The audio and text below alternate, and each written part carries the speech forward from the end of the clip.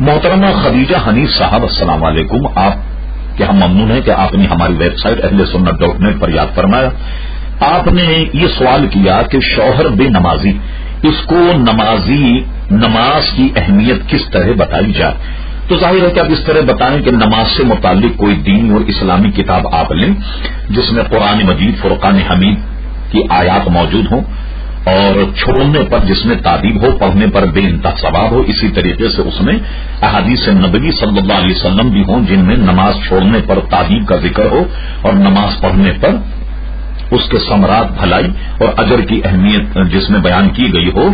اپنے شوہر کو ایسی کتاب بار بار پڑھائیے، اور اگر یہ ممکن نہیں تو فرصت کے اوقات میں یہ ساری چیزیں پڑھ کر اپنے شوہر کے سامنے بیان کریں، اور اللہ تبارک و تعالیٰ سے دعا بھی کریں.